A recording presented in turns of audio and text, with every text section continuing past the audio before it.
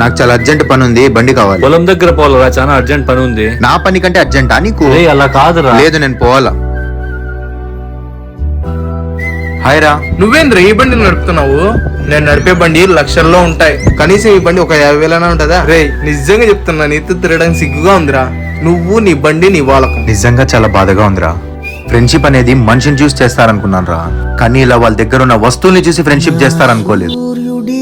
నిన్ను కలవాలని పనుండి వెళ్తున్న మా నాన్న దగ్గర బండి లాక్కొని మరీ వచ్చాను రా. నిన్నింత గౌరవించి మా నాన్నని అక్కడ కించపరిచి వచ్చానే, అందుకు ఇక్కడ బాధగా ఉందిరా. మా నాన్న ఎప్పుడు అంటుంటారు రా, మర్యాద లేని చోట ఆ మనిషి ఒక్క నిమిషం కూడా ఉండకూడదని. రే రే రే రే రే.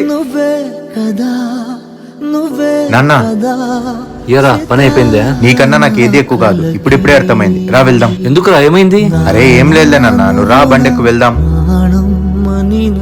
సరిపోదట